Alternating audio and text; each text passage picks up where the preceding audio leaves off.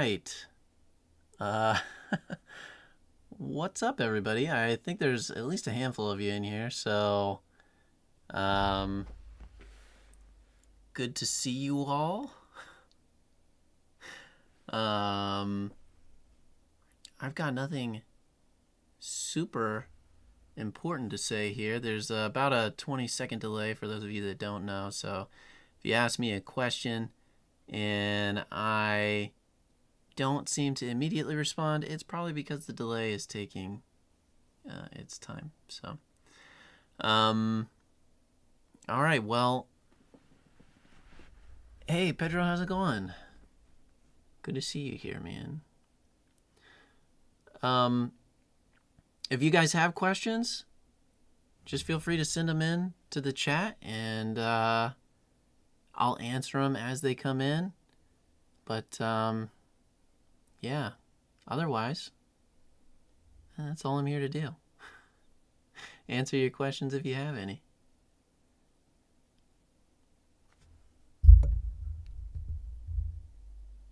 And if you don't have any, then that's okay too. We can just call it a night and I'll take a nap. Or go create more videos, more than likely.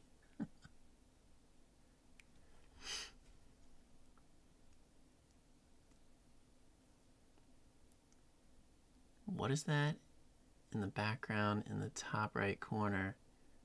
If you're talking about this, well, actually, this over here, that is a Pokemon Snap Station. It is essentially an old thing that they used to have in Blockbuster that you used to take your Pokemon Snap Station cartridge, take it, put it into that Snap Station, and you could print out the pictures that you took in your Pokemon Snap game. So it's pretty fun. I found it a long time ago, and I've hung on to it for like 10 years now. Oh yeah, it's a good question. People ask me about it a lot, especially when they first meet me. So, all right, any more questions out there? There's at least 4 of you guys in here right now. You got any thoughts out there? You can ask me anything, so don't worry about it.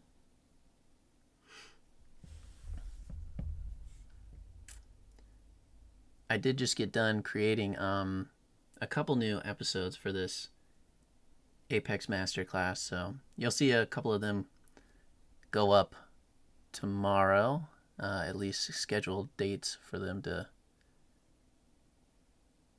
to be released anyway. So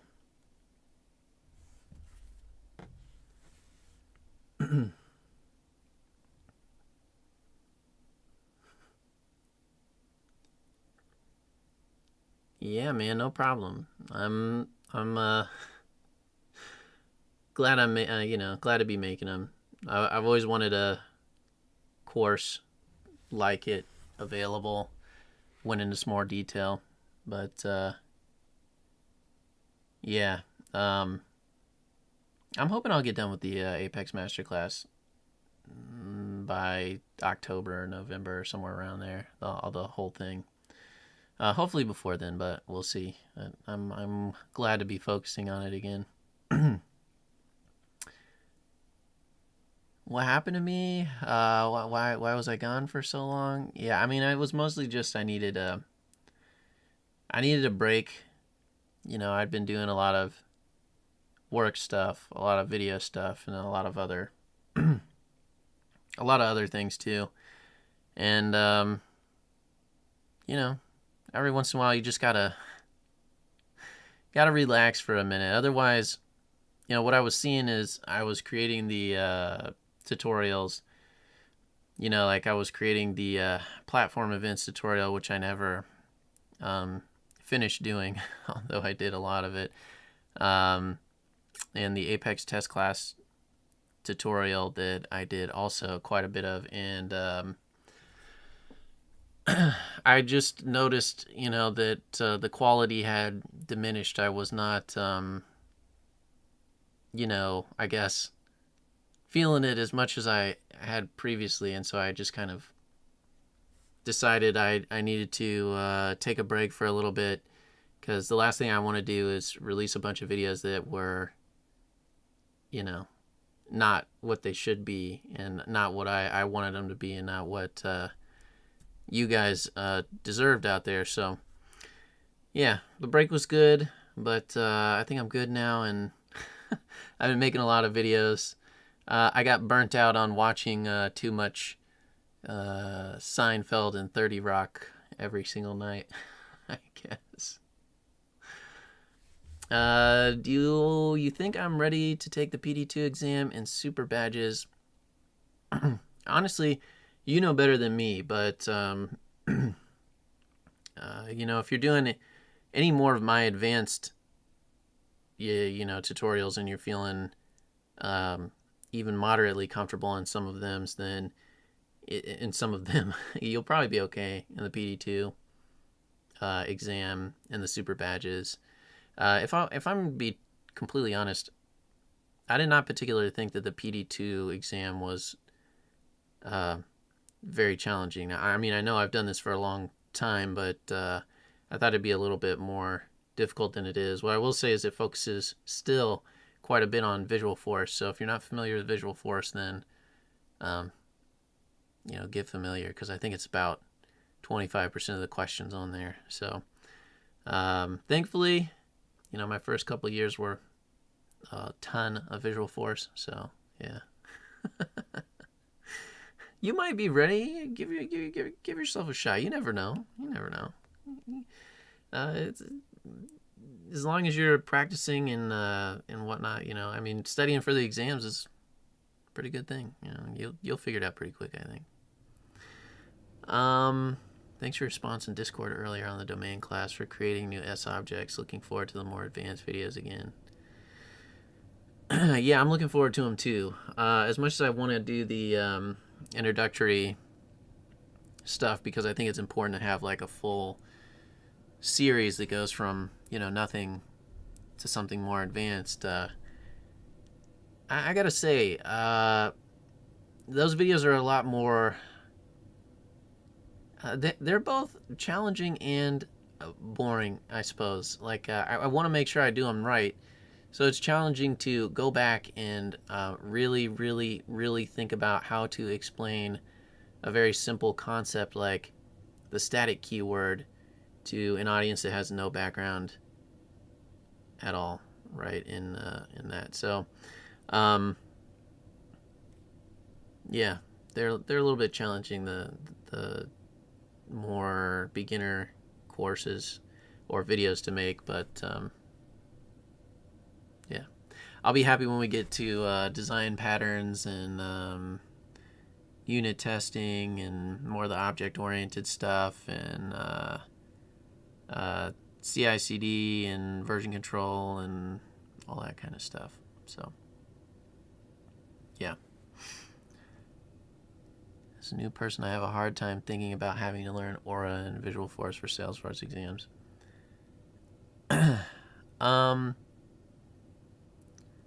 Yeah, I have a hard time understanding why it's even on the exams, if I'm being totally honest.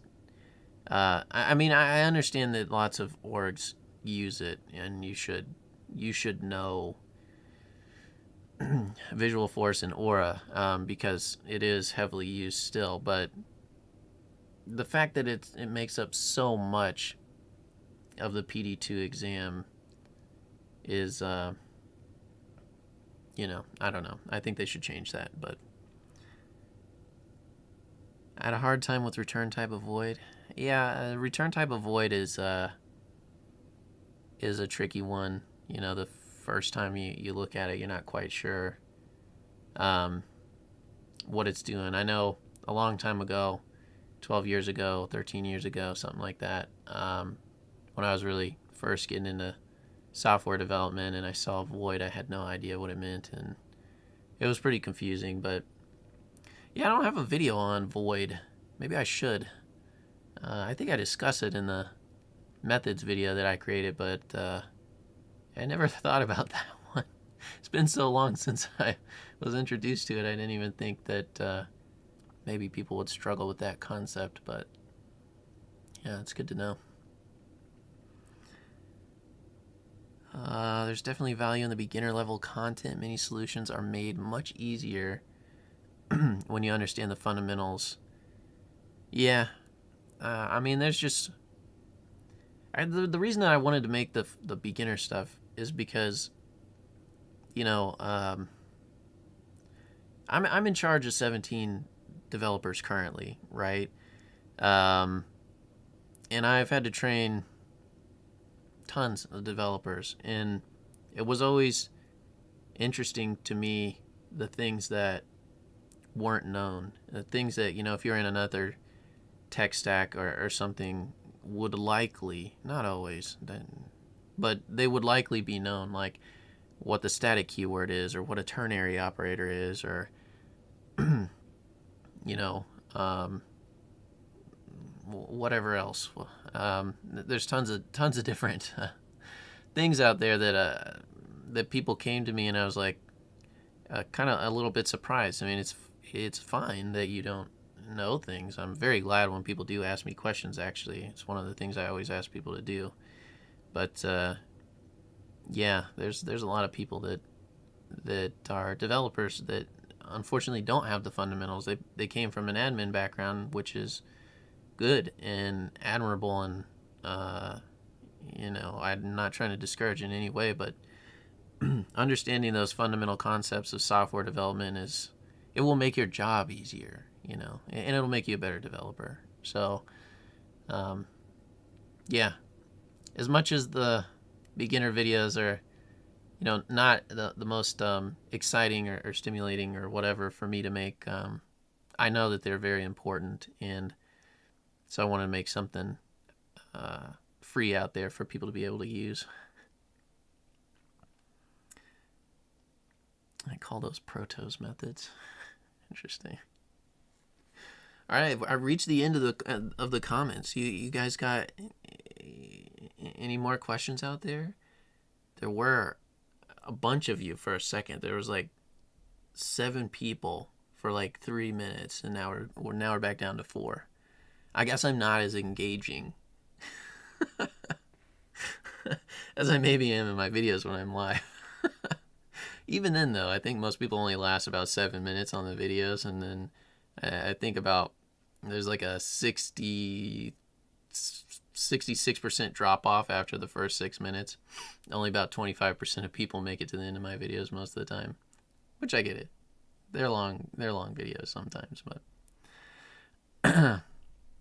are you planning to build a project within the Apex course progressively harder so we can see the concept applied in somewhat real scenarios? Yes, there will be projects. I have, since I made that list in the community section of the YouTube page, I've since updated it. There are going to be 3 projects, I believe. There's a trigger example project where we essentially create a trigger together based on all the knowledge that we've went over when we, you know, there's like a whole trigger section of the Apex Masterclass, and right after that trigger section there will be an example project that we build together of creating a trigger handler, the trigger itself, and then we'll auto-generate tasks for records. There will be an integration project where we do both a SOAP and a REST integration project together. There will be an async Apex project, and there will also be an Apex controller where we create a mapping application. And then in the advanced portion of the Apex Masterclass, there will be like 5 or 6 more examples projects that we do together that will be much more difficult than the first part. So What's your background? Computer science. Uh, Not popular enough for a proper AMA. I'm probably not. You know, there's certainly not. I don't have like 20,000 followers, but it is what it is. I'm just here to answer questions if people want to. What's your background? Computer science. Yeah, so I went to school, to college for information technology and computer science. And I ended up not finishing my computer science degree because there was one class that I would have had to stay an additional year for to finish. And so when that fourth year came around and I was informed of that by my advisor, I was like, well, I guess that's it. I'm not finishing the CS degree. I'm just going to get out of here with an IT degree because I figured that was good enough. And thankfully it was. I think it would have been a little bit easier if I'd have finished my CS degree to get my first job. But yeah, and I wanted to write code since I was a kid, since I was like 7. So, I didn't really know that that's what I wanted to do exactly when I was 7, obviously, but I always kind of had this obsession with computers, figuring out how they worked, figuring out how to make things to run on them, all that kind of stuff. So yeah, I mean, I've wanted to do this for a long time. Our team will get huge value of it. I'm taking on a new role to teach our SF devs core software engineering, so beginner content. Yeah, I'm hoping to,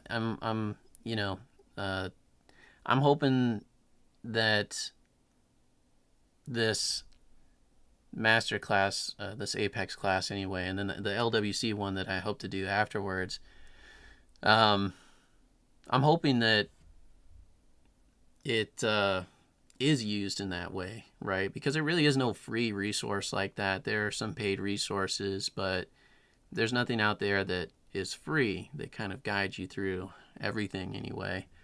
And I'm hoping that it helps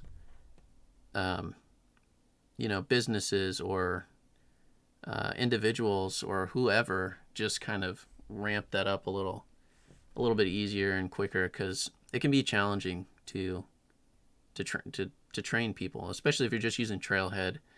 Not to say the Trailhead isn't great, but yeah, I mean, because it is. Well, lucky that it exists. I think it's helped with Salesforce's popularity quite a bit, but yeah, it's I hope that it's used quite a bit. We'll see though. Beginner videos are great. You're very good at explaining. Thank you. I do take a lot of time to think about it. The beginner videos, even the ones that are like 7 minutes long, I'll probably record them like 15 times before I have something that I think is easy enough to understand. Because like I think I said in the last AMA, or I know I've said it in some other interview, for me to understand something, I have to figure out how to make it real dumb for myself, right? People like to talk in high level concepts and fancy terms to get their point across or whatever else, and that doesn't help anybody understand anything. So I'm trying to figure out, in basic English, how do I explain a concept, that's somewhat challenging, right? That's what I think about in every single video I do. How do I explain something that's challenging in basic English? What is the best way and the simplest terms to distribute that information? Wow, you're covering integrations too. Yeah, I am covering integrations too. Oh, I missed one. I'll get back to it. I am covering integrations too, SOAP and REST integrations, because it's a super important skill that you need to have as a developer. You need to feel comfortable with it. You may not get into it for a while, and when you get into it and you're a developer, you'll figure it out and you'll be okay. But having a resource that is there to help guide you, especially with SOAP integrations, I hope will be useful, because it can be tough figuring that out. Building an overall project is a great idea, like the Formula One app Andy Fawcett did in his book. Yeah, I'm not exactly building an overall project. I'm building, moderate to advanced projects in a single section that follows a section that's relevant to that project.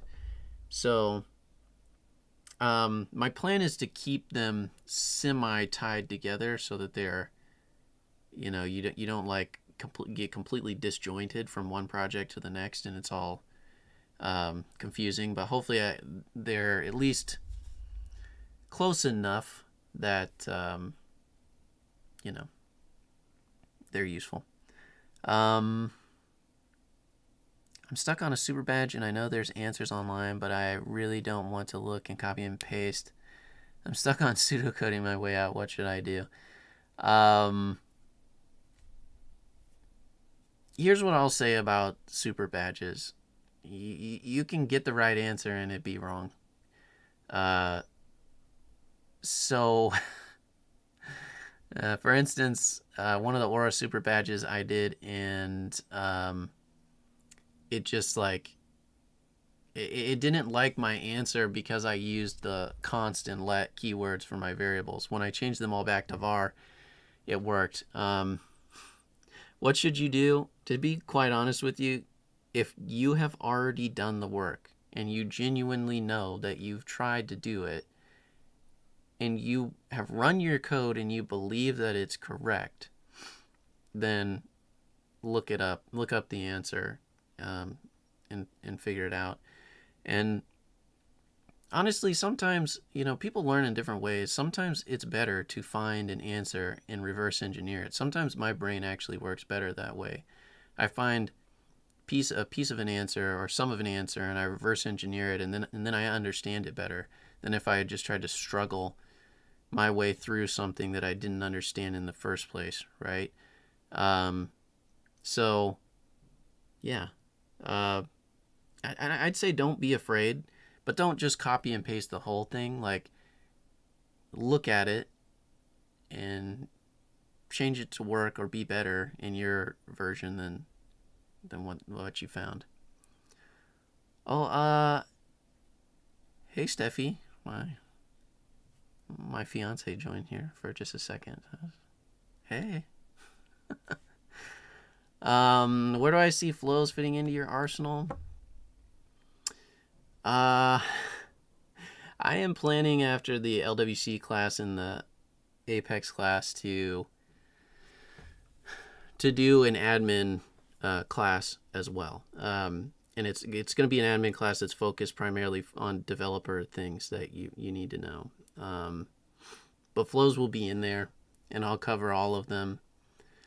And I'll explain when you should leverage a flow over code and vice versa and all that kind of stuff, because,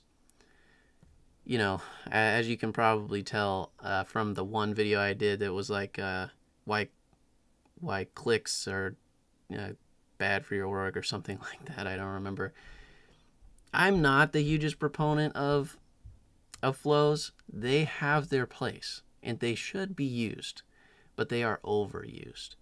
And it's important to know when you should use what and what the consequences are of using a flow versus code could be in the future. So yeah, I mean, they're there. I do use them, and I will create tutorials over them eventually, but it'll be a little bit from now.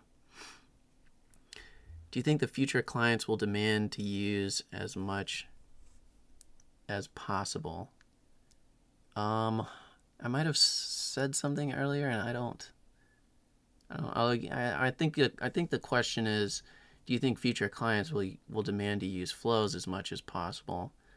And I think the answer to that is it's likely, depending on your situation. There are some orgs that I didn't thankfully work in, but have heard of, that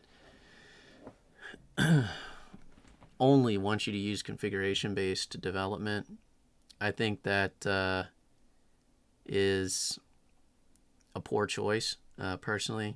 But yeah, I do think that clients will likely demand that you use configuration because they understand it better than code.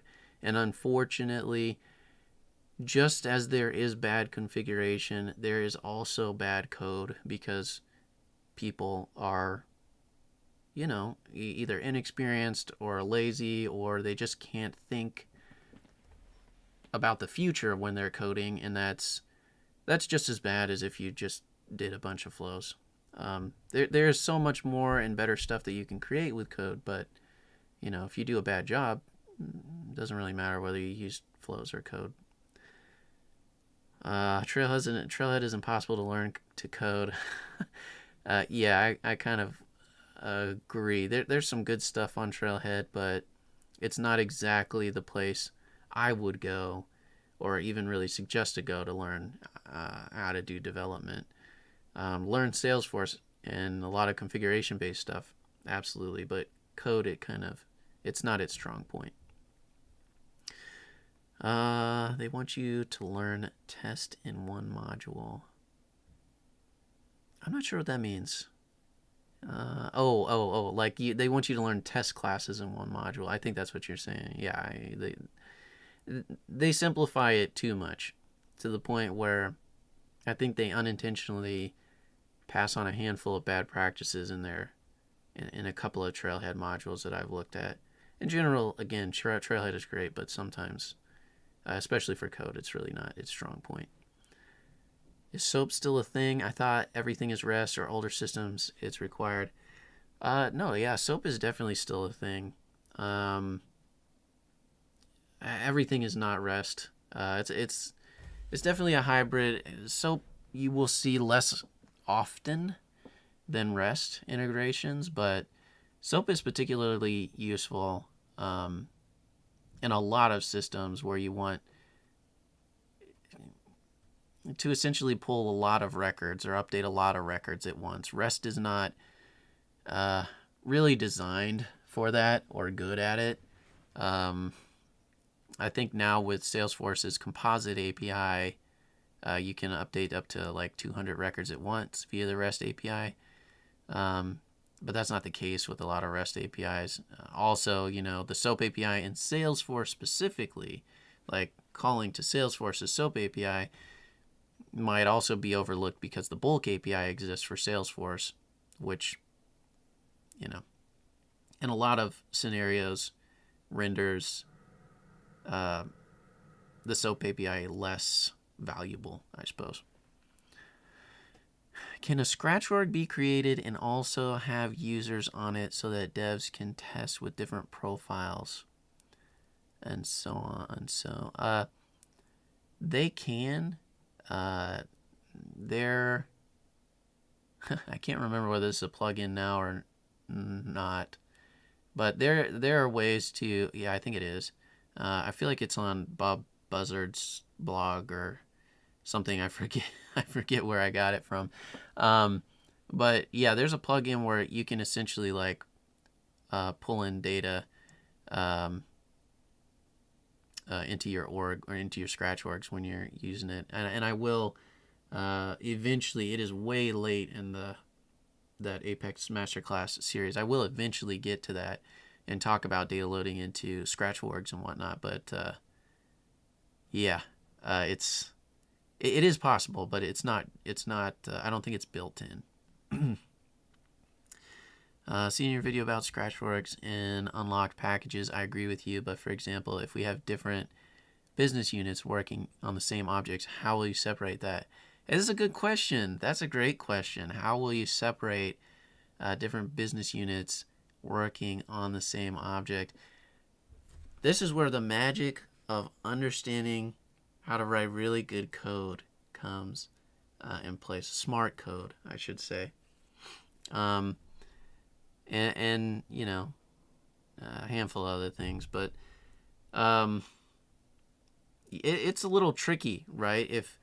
If you don't understand how to leverage something like the factory pattern or something else along those lines, to split out your trigger handlers based on business units, at least if you have a trigger on a shared object like contact or something, then it's tricky to fully separate those applications. And one of the things that I always implement in my orgs is, because most of them have tons of applications in them, is this ability to use trigger handlers or domain classes, if you look at the Apex Common tutorial series, and essentially have different trigger handlers run based on the application that is running at each time, at runtime. And what occurs then is you now have this like complete separation of the apps, and you can put them in their own unlocked packages. There are some things that those apps will share that should kind of go in like a base layer package that both of them leverage. And as long as you're doing source-driven development, you can kind of like merge those packages together, in Git or whatever, and not have a huge problem. But what I will say is, if you haven't checked out the Apex Common series that goes over a lot of the more advanced stuff, check that out. It might help you break out your code some more to separate your applications and really let them be independent entities. Which is super useful. So anyway, thanks, Matt. I'll feel less guilty reverse engineering it. Yeah. Don't feel guilty about reverse engineering code. It's one of the best ways to learn, in my opinion. It's always been one of my favorite ways to learn, is to find somebody else's code, figure out how it works, and try to replicate or improve upon those things. After I figured out,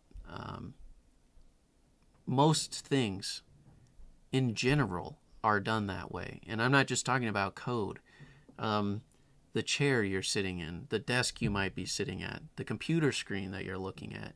Most of those things are improvements upon another thing that was more or less reverse engineered and then iteratively improved upon, right? So there's no shame in going out, finding some code, figuring out how it works, and then, either using it or iterating on it or whatever. So, congratulations, Stephanie. You're a lucky girl. I'm a lucky guy. I'm very lucky. She's a very smart, wonderful person. How are you and Brooks Johnson going to collaborate? Before your break, y'all both asked the communities if the channels should be combined. This is interesting. I was just thinking about this the other day. Ultimately, because I was getting burnt out, I kind of told Brooks, I was like, look, I don't want to waste your time. I'm pretty sure I'll be back in a couple months, but keep doing your thing. I think if enough people wanted it, Brooks and I would likely merge channels. Brooks is actually about to come work with me where I work, so we'll be hanging out every day starting next week. So unless he gets tired of me there, which I hope he doesn't, maybe there will be something that happens eventually. But yeah, at the moment, I don't know. I kind of halted it mostly because I just needed to take a break and I didn't want to interfere with anything Brooks was doing. We were originally going to take his videos and move them to Coding with the Force, and then basically just split responsibilities there to some extent. But anyway. Yeah, but I'm a huge fan of Brooks. He's got some great videos. So if you've never watched any of Brooks's stuff, you really should. He's got some good stuff. He's a smart guy, and he's got some good, really good content. So Salesforce is pushing flows quite hard. Quite a few of their ambassadors almost say to use flows as much as you can. Trail mentions to learn code elsewhere as well. Yeah, I know. I know. So I'm a pretty high level architect in the org that I'm in. I'm basically the guy that makes all the decisions, and I have to talk to Salesforce architects and justify my decision to them, because they're basically like, the client wants to ensure that nothing is biased, and there are multiple opinions that are had by different architects, which is a good idea. I'm not all knowing. Everybody should be challenged. They do frequently push flows, and I do have to frequently justify my position for code and why I use it, and I'm okay with that, because that makes me think about my solution better and make sure that I'm doing the right thing. But yeah, I think they do push flows more than they should, without explaining the theoretical future downsides of them. But I also understand that Salesforce is trying to sell a product that you can get to market quick, and in maybe 50% or more of orgs, they're relatively small, and so they won't be hurt by the use of flows, at least not initially. So there's really, if you're a smaller org, flows are great. If you are a smaller org that is for a huge company, I might not suggest them. And if you're a huge org and you're just leveraging flows, I think you're likely making a mistake. But it is what it is. Everybody's different, so every org is different too. Will you ever discuss big data architecture? Also, what are your thoughts of Salesforce in the near future? Any competitors? Will I ever discuss big data architecture? Yeah, at some point I probably will. I've certainly had to deal with it quite a few times, but it's just not, I just don't think it's a common scenario. So, I've had to deal with objects with billions of records, and I've also had to deal with, Salesforce Connect pulling in billions of records from tables that were hosted elsewhere, and it's an important skill to have that occasionally you really need, but it's also tricky to talk about, because I can give the examples theoretically, but I think especially with big data, seeing it is understanding. I think for everything, seeing it is really understanding it. And I have tried a couple times to think of good ways to show you, the importance of architecture when we're talking about billions of records. And I have yet at this time to figure out a good way, but at some point I will, for sure. What are my thoughts of Salesforce in the near future? I think Salesforce is fine for a very long time. And I say that because I know some of the biggest businesses in existence run a good deal on Salesforce. And even though they could certainly get off of it, it would take some time. And Salesforce is making huge strides in a whole bunch of areas that make things even easier on its platform. So I think that they'll probably be okay. But as far as, I think they'll be fine for minimum 5 years, is my guess. Likely much longer than that. And as far as competitors, honestly, the only thing I could even see theoretically happening is that thing that everybody likes to bring up every once in a while, which is the idea that Microsoft might buy Salesforce. I could see it happening. I mean, Microsoft is much bigger than Salesforce. They could buy them. They could probably, maybe even hostile takeover them. I don't know that they'd want to, but I think they could. I think they probably have the capital to. So, that'd be the biggest thing, is like, will they do that, and if it gets merged into Microsoft Dynamics or whatever, what happens then. But I don't think it's going to happen. We'll see. Will you cover platform events in your Apex training? This is still a mystery for me. Yeah, I will. I will definitely be covering the platform events and the streaming API in the Apex Masterclass that I'm creating. And I'll say I will do a lot to show you exactly how platform events work and when you should use them. And I'll also go over like how, if you were running a Java or C# application, how you would interact with platform events. But unless you're in a bigger org or in an org with some more interesting integration use cases, you're probably not going to use platform events very often. So it's a mystery for a lot of people, not just you.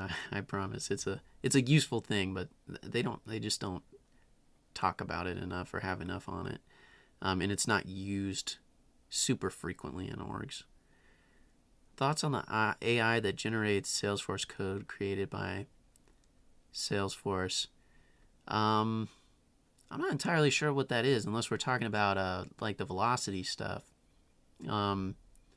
I know that Omni Studio and Velocity can do that, and it's better than Dreamweaver, if you remember what Dreamweaver used to be, but it's still auto-generated code, and it's not really smart. It's not really intelligent code. It's code that works and can be taken and replicated and placed other places, but if you're worried about the AI completely replacing developers or something, I don't think you have anything to worry about, especially for larger orgs. You're going to have a harder time with that AI code generation because it's impressive, that it can do that. It's always been impressive, if you remember Adobe Dreamweaver or other things that auto-generate code for you. They've always been interesting to me, but you'll always notice that, they lack in certain areas and they can be improved upon, and then it's never like the cleanest, most beautiful code. Any future tutorials for skinny tables? I will probably go over it when I do more of that, big data architecture type stuff. I want to see if I can get an org where I can actually activate skinny tables, because skinny tables are very odd, how they work. But yeah, I mean, there will be, not for a while, I'm not going to lie to you, not for a while, but at a certain point when I start getting into that big data stuff, I'll certainly go over them, and I'll hopefully have like a real live example where we have a real skinny table and leverage it and see the difference between it and a regular table. Source-driven development. I am a big fan of source-driven development. It's not often leveraged. I will go over it in the Apex Masterclass quite a bit, but yeah, I mean, I kind of have a couple videos over it, although I don't have anything that goes over it specifically. And at some point, I kind of want to get back to the CI/CD stuff that I started a long time ago, and do more of that source-driven development stuff and everything around all that. So someday I'll get back to it, but I'm trying to kind of figure out how to build real paths to learning stuff, as opposed to just creating videos for random topics and whatnot. Brooks's channel is fantastic. Yeah, it is. It's wonderful. It's really good stuff. Definitely check it out. It's awesome that the two of us will be working together. Yeah, I agree. I was very excited. I was I just, one day I needed a a lead developer, and I contacted him, and I was very happy that he decided to come do that. So I'm looking forward to it. It'll be pretty cool. I would love to hear some horror stories that you experienced in your org without names. I will laugh. I've worked in a lot of orgs. One of the most interesting ones that I ever encountered, which I thought was genius and also not genius at the same time, was there's this org I was working in. It was a 12-year-old org, and I was working in it, and I was trying to change some stuff. You know, they had a lot of problems, and I was it was one of my first. It was like my first month there. One of the things I always do is I figure out what's the biggest problem in the org, and then I go try and fix it. And so I went and and I do this in my off time, right? It's not always something that the product owners are like trying to get out the door. I just want to fix it if it's a big problem. And I was going through and looking at the code, and I realized that there were no tests for like anything. Like I was looking at everything. There was no tests. There was one test class in this org, and this org had like almost the maximum amount of Apex characters at the time, in it, and it was about to reach the limit. And so I thought it was interesting there were no tests. I was like, how are there no tests for this org? Turns out a guy at some point in the past made a 2 million character Apex class that was just a bunch of different strings on the line, and you had one method you could call, and then he wrote a test class to test just that one method so that he would always have 75% coverage in his org. Number one, don't do that. That's horrible. But number two, I never thought about that, and it was kind of genius. So I spent about another 2 months at least writing tests for that org to be able to actually make sure I was doing the right things when I was changing things and not destroying previous stuff. So there's lots of other things. Like there was also an org I was in that had 6 triggers on the same object.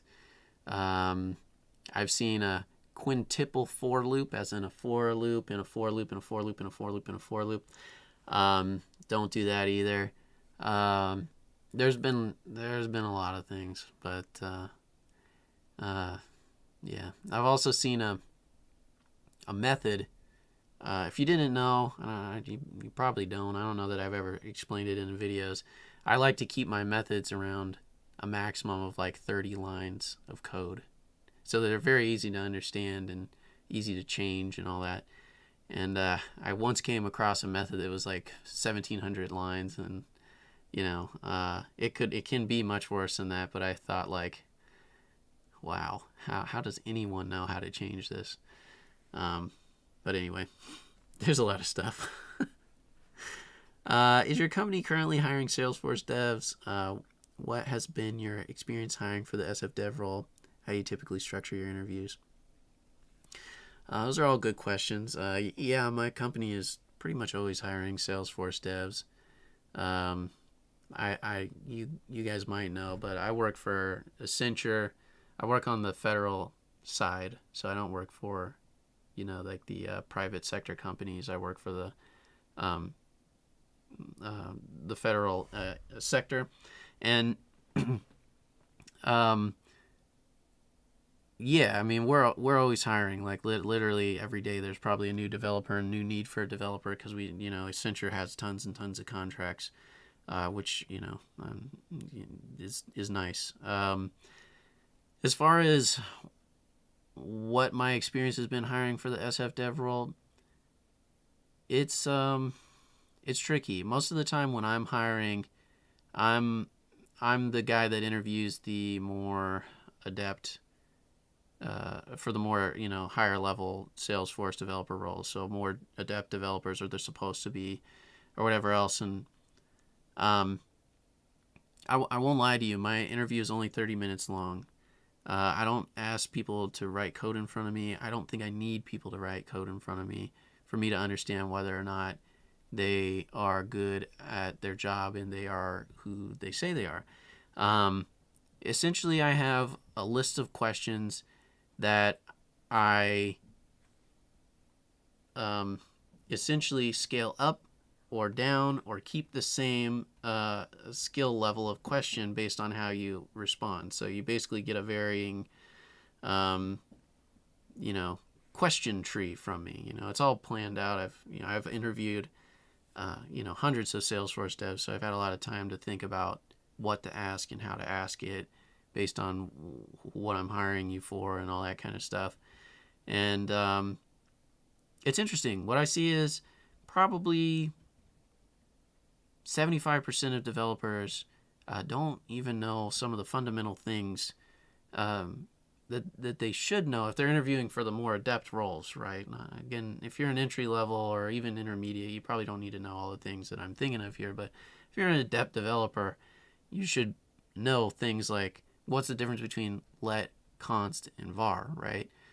75% of people don't know the difference, and that's okay. But if you're adept, you should know, Or I'll ask questions about asynchronous Apex, and they're not familiar, or a lot of other things. So what I would say is there's a lot of key fundamental skills that are lacking in a good number of Salesforce developers, and I mean you can see that in orgs that you work in over time too. If you go work in a lot of orgs, is that there's this, misconception, I would say, that you can take an admin and just place them in as a developer, and while an admin may want to be a developer and should have the ability to pursue that, they need somebody there if they've just been an admin to teach them the fundamentals, right? And but what you'll see is there are people who are admins that became developers and have been developers for a long time and in Salesforce, and they've just never learned any of the fundamental aspects of software development. And I mean that's kind of one of the big reasons that I started this channel, and I'm trying to make it easier for people to figure those out in the Salesforce space. But that's the biggest thing for me. Anyway, hopefully that answers some things. But it's tricky. I have to interview a lot of people before I find the right person. It can take a long time sometimes. But thankfully, because I work at Accenture, there is not really a shortage of people to interview. I almost always got somebody to interview when I need to interview someone. So I'm very thankful for that anyway. Enjoying the content. I appreciate your efforts. Thanks, man. I'm glad people enjoy the content. It has taken a long time to, it took me a long time to decide to do it.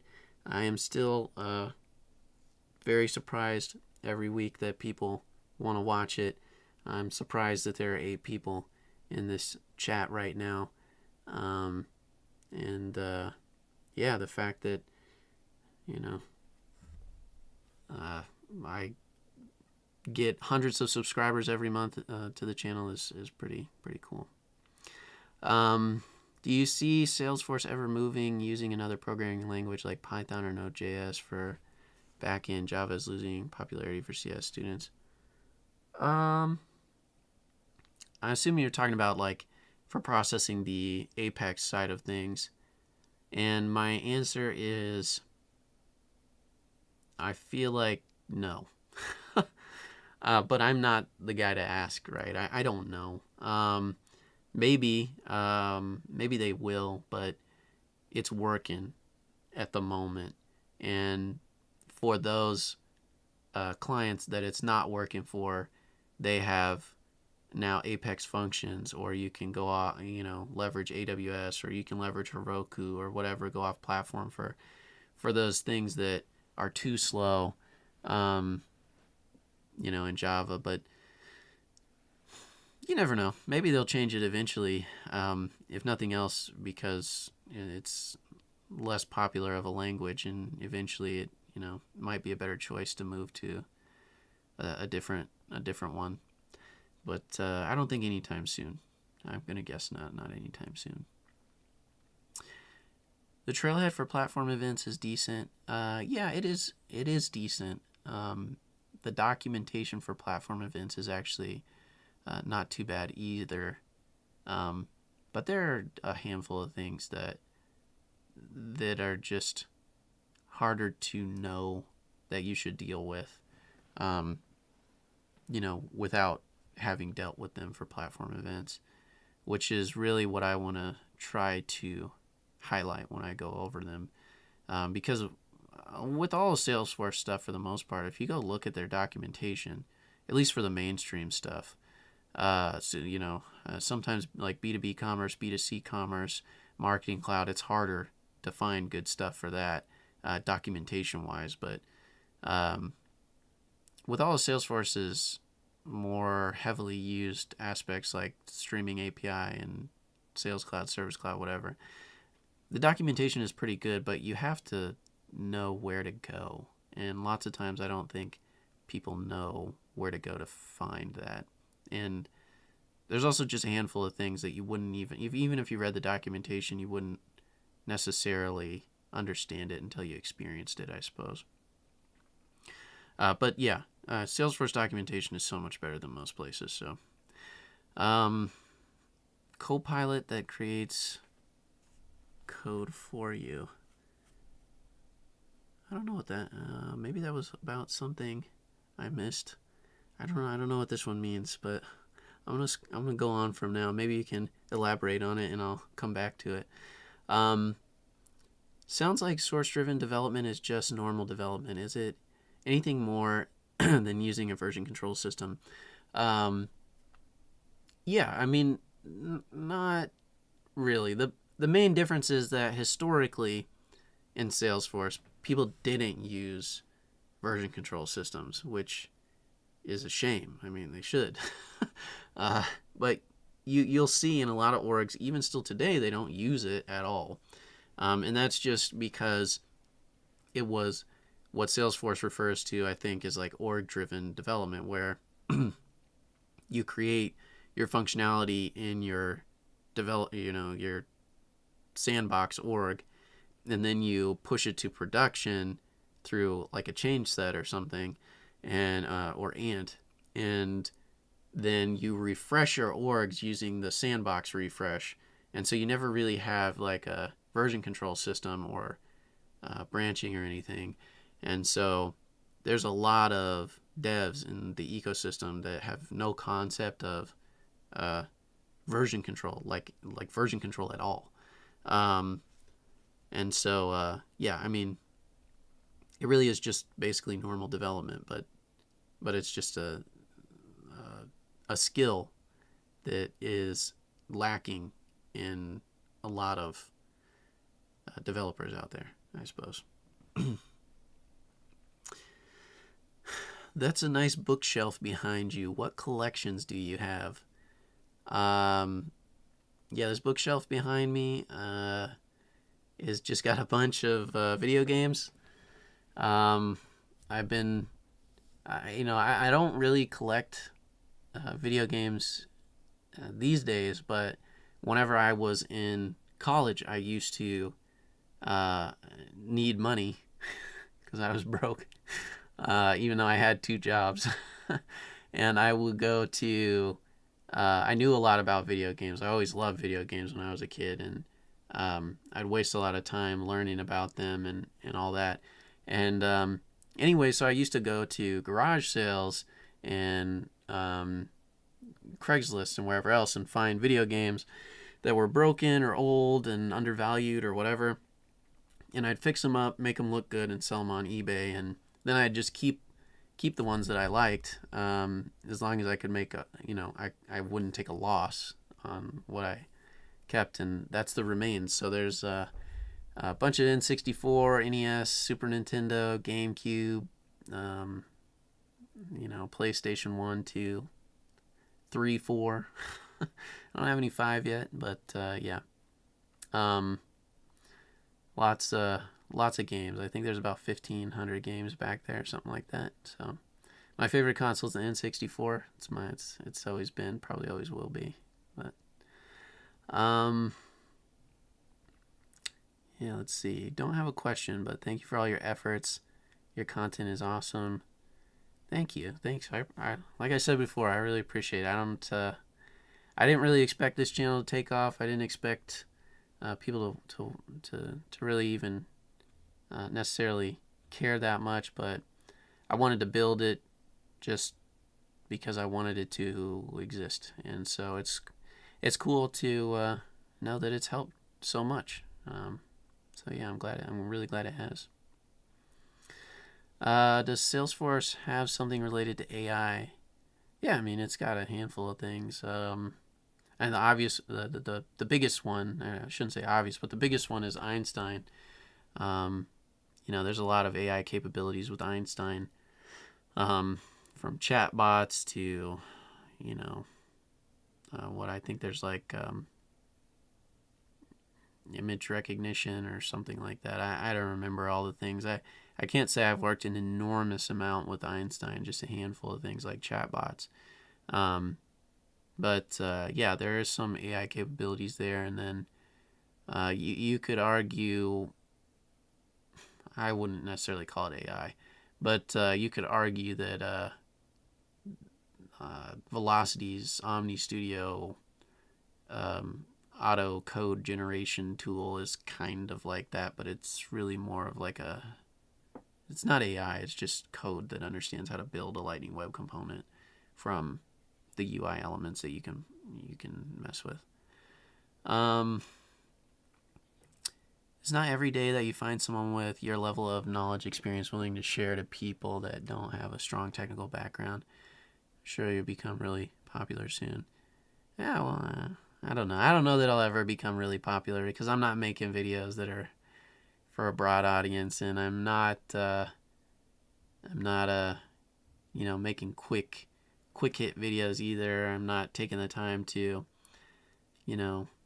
chop them up in a, fancy fashion. I'm just making videos that I like to watch that helped me learn to code, which are the ones where people would sit there and explain and you could understand their thought process and the way to think about something, as opposed to just like seeing how it was done. There's a lot of videos out there that just show you how to do it, but I want you to understand how to think about how to do it too, because that's one of the most important skills to have, is to understand how to think about a situation and understand how to think about what you're building.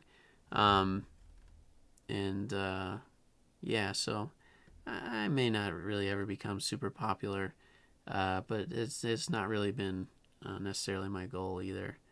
Yeah, I wanted I've shared this before, but I wanted to make these videos because I grew up with a lot of underprivileged people. Thankfully, I always had a pretty decent life myself, but I went to a school where most people didn't, and I wanted to make a way for people that can't afford things to be able to learn this stuff, because believe it or not, whether or not you can relate to it or not, there are people out there that can't afford to pay even $10 for a course, and those people are not necessarily in that situation on their own accord. They could have been born into that situation or whatever else, or with really bad luck you can just end up in those situations. And I don't really think education should be necessarily monetized, right? I know that everybody needs to make money, but I think the path to make that money should, at least pieces of it anyway, getting the skills, you should be able to have something to help you out there that doesn't cost you a thing.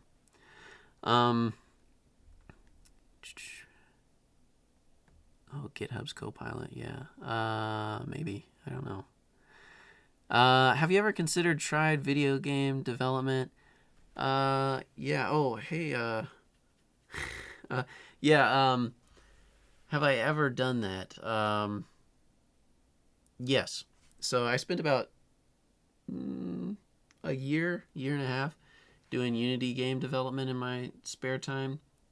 Uh, Honestly, when I took my 2 month break, I kind of thought about maybe going back to that and finishing it, but I don't know. Ultimately, I just kind of thought like I don't know that I want to do it anymore. I built a pretty decent setup for a game. I wrote the game, like the story for the game. Um, I did quite a bit, and yeah, I don't know. I'll probably eventually go back to it and finish it, but not right now. What up, Matt? Oh, hey, what's up, Ike? Um, if you haven't seen App for Admins, you should definitely check it out. It's it's not necessarily what I do, right? It's not development related, but it's really good like uh, admin type stuff or just tools to be able to use, even if you are a developer for Salesforce. So, and Ike does a really good job of breaking those down and making the videos actually fun. They're much more fun than my videos. Much more fun for sure.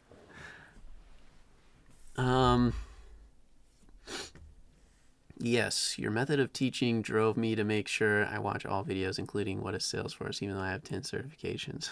Yeah. Well, thank you. I'm glad. I'm glad. What do you use to record your videos? I use the same thing I'm using right now, which is OBS. I use OBS to record all my videos, and then I personally use Premiere to edit my videos, and any of the fancy titles or the intro titles, I made those in After Effects. So I used to, I stopped doing development for a while and did visual effects in San Francisco for some Sundance films. And so I got to learn how to do all that stuff. And really, I taught myself way before then how to use all that stuff. But I used to be really obsessed with visual effects and film, and got to work on some cool stuff. And so made it easier for me to make videos. I also use Photoshop and Illustrator for a handful of things, so it's cool. I thankfully have all the skills necessary to make videos. Do it all myself. Are there any mainstream opinions about being or becoming a developer that you disagree with? Okay, there are a couple that I disagree with wholeheartedly. Number one, the one that I hate the absolute most, that kills me, although I know it's true, especially for beginner developers, is that all we do is Google, find the code, and drop it in somewhere. That is not true. It's funny. It's a funny joke. I get it. I get the joke. We all Google it. But when you Google something, you don't just drop the code in there. I mean, sometimes maybe you do, but you probably shouldn't. You Google the code, you come up with an idea based on the code that you find, and then you implement that. You implement that idea, and sure, it can have some remnants of the code that you looked up, but it's almost never that way. So it kills me sometimes when people simplify it to that, because it kind of, yeah, software development is an art form. I love it. You can think of a million different ways to do things, and for literally every story that you're given, there's a dozen different ways to do it, and picking one that works and that is good and is long lasting is not as simple as Googling stuff. Although you'll Google stuff along the way for sure. And the second one is not so much a mainstream opinion, but it's that I'm forgetting the name for it. I'm forgetting it. But people struggle with the whole idea that they're not good enough to be a developer. Or they're always worried that they're not good enough or they're not smart enough or whatever, blah blah blah. You are good enough as long as you don't give up on yourself. That's literally all that it takes. You just need to want to find a solution and want to be better than you are now, to be good enough to do your job. You will never be perfect. You will never make a perfect solution. And neither will anyone else.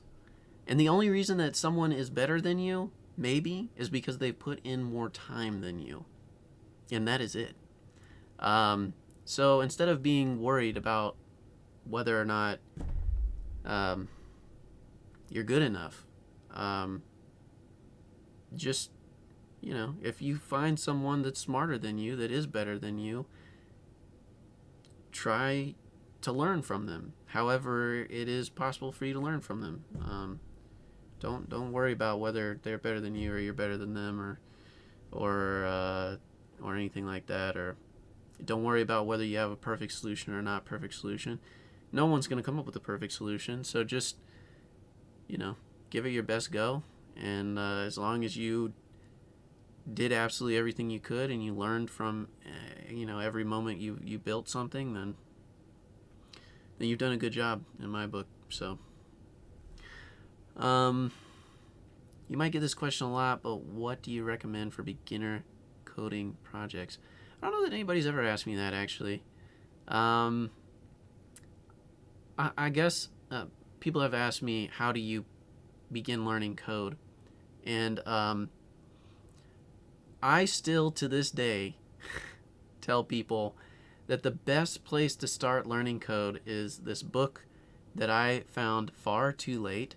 Not far too late, but later than I would have liked, which was Headfirst Java. And yes, I know that we're not talking about Salesforce, but if you want to know the basic fundamentals about how to write code in an object-oriented language like Apex, the book Headfirst Java is excellent. It makes it so easy to learn. It explains it all in plain English, has a bunch of incredible lessons and stuff that just really take complex ideas and turns them into easily understandable things. So yeah, there's a lot of beginner coding projects within that book, and quite frankly, that's where I would start, because Java is really not that different from Apex. Apex is different, mostly because of limits and because it's a little bit outdated of a language, but you'll find there's so many similarities that you're not going to be far behind.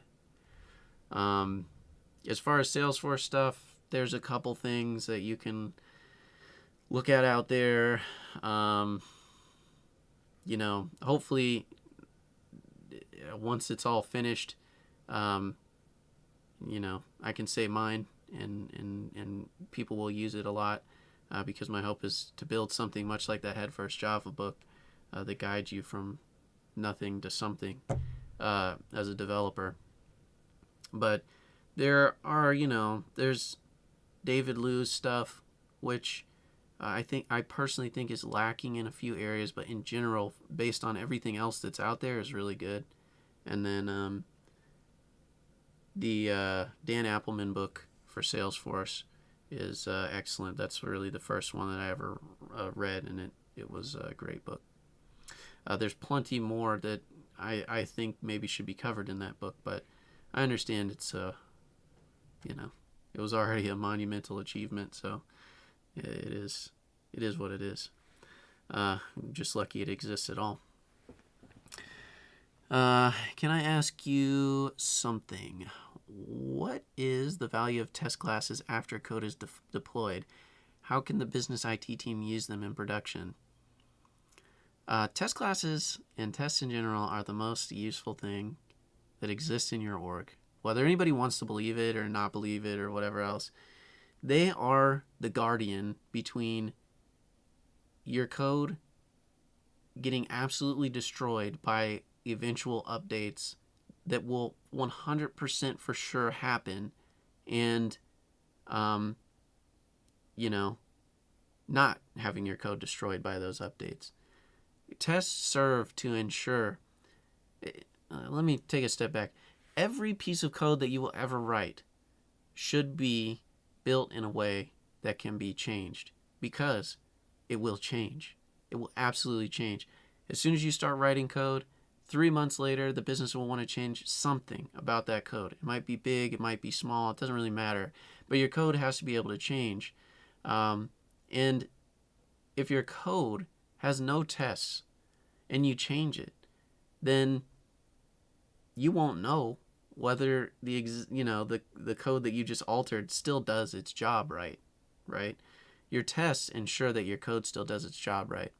So as far as how can the business and the IT team use them in production, they can use them as that barrier to ensure that anything that you're doing or anything that you're changing or adding to your code base is not unintentionally destroying something else, right? That is the biggest thing, because you'll find that you will change something small and unintentionally have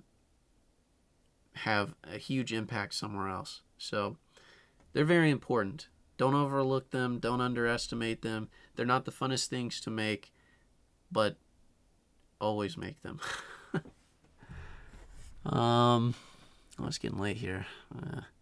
I got a few more. We'll do a few more questions, and then I think about 8:30 I'm gonna get out of here and edit this video, and then watch a show and get to bed. Let's see. If you want to change things, add things to existing code, make sure that the original functionality still works. Existing tests. Oh yeah, Jason Dads. I don't know if that's your name or not. Either way, it's a great name. I was surprised you added Russian subtitles, even though I live in the U.S. and speak English. It's awesome that more people can learn Salesforce, and I'll recommend it to my friends from Eastern Europe. Yeah, I need to do more subtitles. I did about 10 videos of the 90 or so that I have now. I need to continue to do them and finish them out. But yeah, like I said before, I want to give this to a pretty wide audience and make the education as cheap as I possibly can to as many people as I can. Are you going to do the same course for LWC? Yes. As soon as the Apex Masterclass is done, I will probably take another month-long break or so.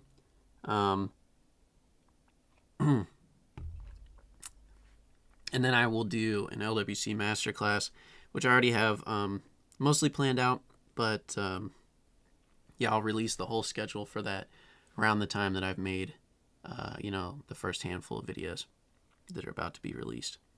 But yeah, it'll be pretty big. It'll probably be about the same amount. I don't know for sure yet, but I would guess it'll probably be around 250 to 300 videos, 100 hours long. It'll go over lots and lots of stuff. So lots and lots of stuff. Wow. Did somebody donate $? Wow, that's very kind of you. I honestly didn't even know that was a thing. So thanks. That's very nice of you, Travis. I appreciate it, man. Cool. I'll use it like I use everything else here to figure out a way to give back to you guys. So, do you think DDD can be applied in Salesforce? This is I forget this one. This is domain-driven development, I think. Domain-driven development. I want to make sure I'm not wrong, so I don't normally see DDD come up. Or domain-driven design. That's what it is. Domain-driven design. Yeah, I mean, it can. But yeah, I don't know. I mean, honestly, I probably go with that approach more often than I do like TDD.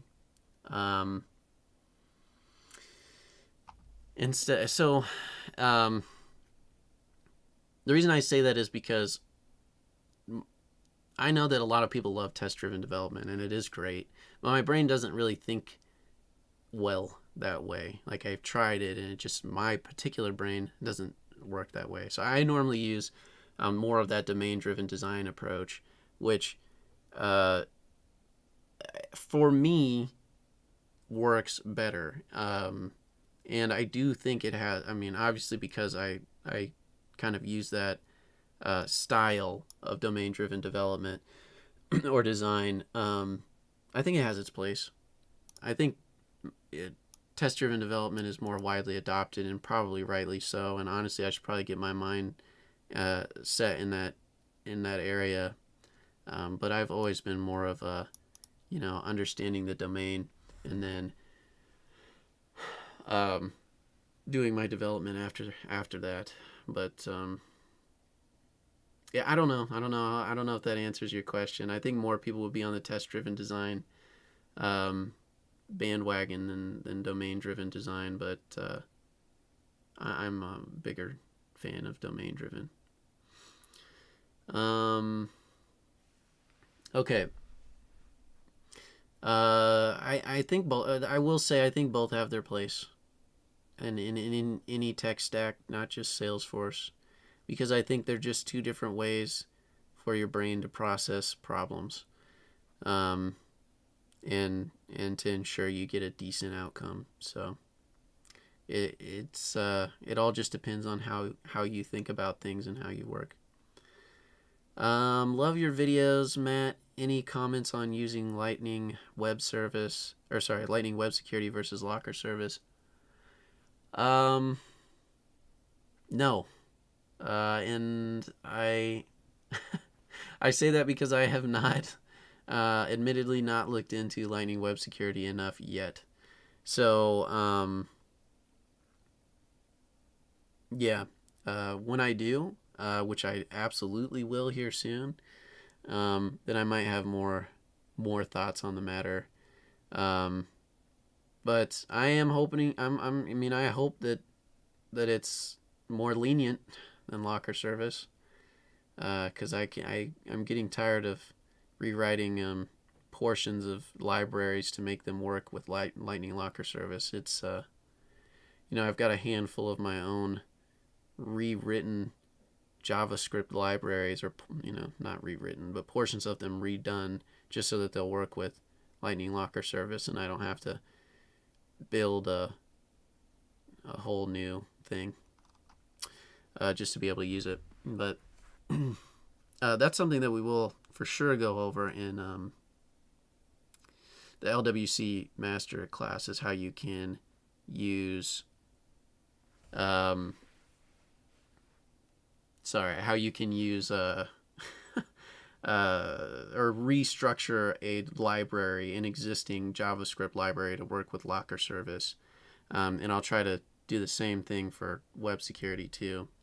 But I'm not familiar enough with it yet to be able to give you useful comments there, unfortunately. Domain-driven design and test-driven development are both widely accepted as great practices. They work well together. I don't think that are separate things where you have to choose to do one or the other. Yeah, maybe you're right. Maybe Jason dads can teach me more about how to use them together. So like I said before, I certainly don't know everything, and I might not know the best way to use those together. But yeah. Anyway. Plenty of you, I'm sure, are smarter than me in many areas of many things. So, which tools do we need to become a Salesforce DevOps engineer? There's a lot of tools you should, maybe know. Really, I mean, no. You need to understand how, just in general, how CI/CD is supposed to work. And then the tools that you need to know are, Cumulus CI, or Circle CI. You'll need to know YAML, which is just like a different JSON type structure, right? And let's see. You should really know shell scripting, because if you don't, then it's going to make your CI/CD solutions kind of not great.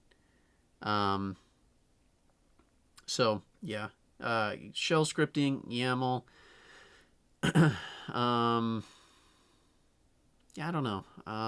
It's by far not my strong suit. Like I've done a handful of I've done an Azure DevOps CI/CD setup, and then a Circle CI and a GitHub setup. You also need to know, just about source control, version control, all that kind of stuff. So if you're not familiar with like how GitHub works or Bitbucket or something along those lines, then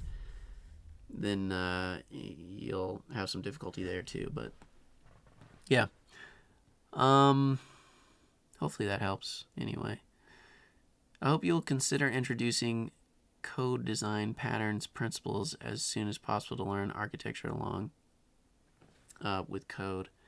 Yeah, I mean, I have done some design patterns and principles, like the separation of concerns design principle. And then I think we've gone over the factory pattern and the builder pattern and a few others. They're all in the introduction to, the Apex Common stuff. But yeah, they will all be covered in this Apex Masterclass series as well. DevOps has a lot of integration, testing, and automated running of tests, right? Yes, there should be automated tests running for both your UI and your Apex tests. So, yeah, that's another thing. I'm glad you said that, because I'm forgetting that. One other thing you should know for DevOps is, the Salesforce CLI. If you're not familiar with it and everything that comes with it, and things like how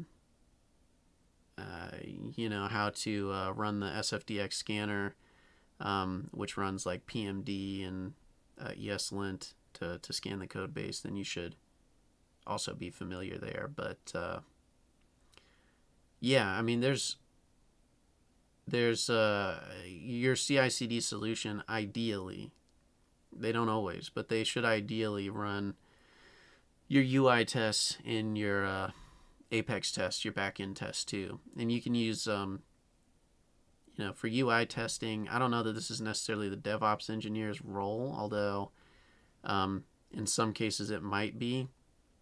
You should be familiar with just testing, potentially Selenium. Lots of orgs I've seen use Selenium tests, and then I'm forgetting something else. One of the more like Salesforce specific UI testing options, which are Provar, ExcelQ. Those ones exist as well, although yeah, anyway, so you should be familiar with your UI testing options as well. But anyway, all right, guys, if there's any more questions, I can answer one more. If not, then I'm going to get out of here. If they don't run tests, can it be called CI/CD? In my opinion, no. But I've seen it done.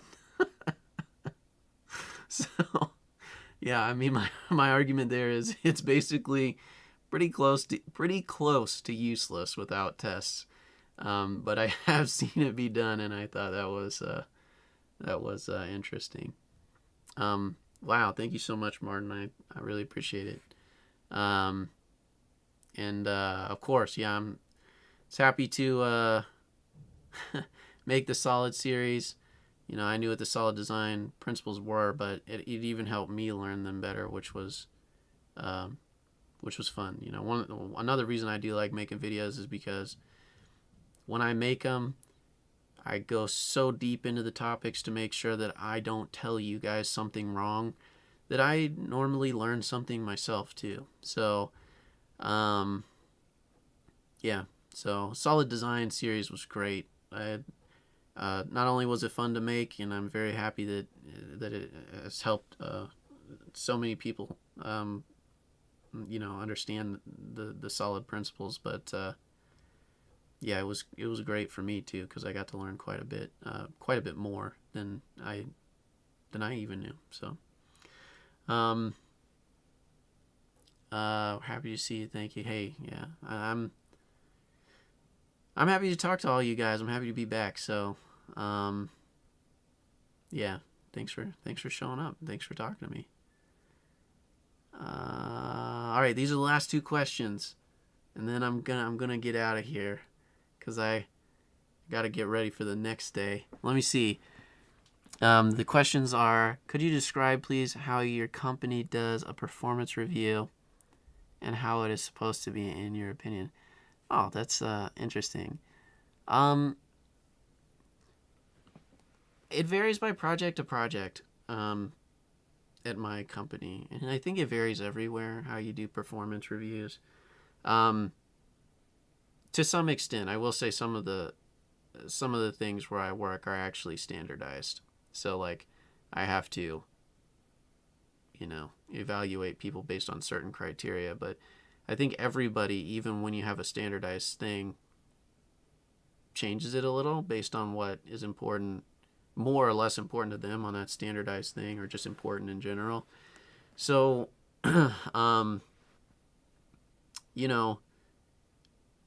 honestly, I think it's pretty straightforward. And I think it's, at least for me, I know that there are some really bad managers out there because I've had them. And I know that there are lots of people that do really weird things with reviews. And it's disappointing, to say the least. But yeah, no problem. See you later, Pedro. Thank you for coming out again, man. But ultimately, for me, all I'm really thinking about is, when I'm doing a performance review, is how much do I trust a developer to just do their job, not whether or not the developer is the best developer, not whether or not the developer is better than their peers. But I think about two things. Number one, how much do I trust that they will go attempt to do their work to the best of their ability? If I trust that they do that, then that's a huge thing for me. And then the second is, how much did they personally advance from where they were the last time I was reviewing them? Again, they don't have to be better than everybody else, but they shouldn't be. They should, in my opinion, you shouldn't evaluate them next to their peers in the sense that they should all be on like the same experience level. That you should evaluate them on, again, this is just me, how much do I trust that they're going to do their very best? Whatever their very best is, they're going to try to do their very best. And how much have they advanced as a developer from, last year to this year, or the last 6 months to, the current 6 months? And I personally think it's very, very important to evaluate an individual just as that, just for that individual, because like I told a lot of people, every single person is different. No one is the same. No one will ever be at the same skill level. No one will ever think the same way. No one will ever be the same person as another person. And that's one of the most wonderful things about the world, is everyone is different, and you can learn something from every single person that you'll ever come into contact with. It might be something stupid. It might be something not stupid. I don't know, but you'll learn something from someone if you take enough time to understand them. And so people should be evaluated individually, and it should be based on relatively simple things like, can I trust them? Are they making progress? All that kind of stuff. I don't know. Hopefully that's a good enough answer. All right, I'll answer this last one that Sam you just sent in, and then I'm gonna say goodbye, and because I'm gonna get out of here. But to me, the most exciting Salesforce product personally that I would like to spend more time on that I have not yet is velocities. I know it's really a Salesforce acquisition, but it's interesting. It's got a lot of interesting things. So, yeah, that's the most interesting one that they've acquired in a while, in my personal opinion. But I wasn't a big fan of B2B commerce when they acquired them, mostly because I worked on it back when it was not that, but oh god, I'm forgetting the name all of a sudden. Cloud Craze. Ugh, that one. Something. But B2B commerce has turned into an all right thing in comparison to what it was. But yeah, velocity is it for me. Anyway, thank you all so much for coming out. To the couple people that donated, I had no idea you could even donate, so that is pretty cool, and I'm very appreciative of it, and I really do appreciate every single one of your support, and I'm just it's very good to know that I'm able to help you guys somehow. So yeah, anyway, thank you all so much for coming out, and I'll see you in the next one of these, whenever it is. And there will be 2 more videos this week, so, I'll see you in those too, kind of. Anyway, thank you guys for being here. I really appreciate it, and I'll see you all later.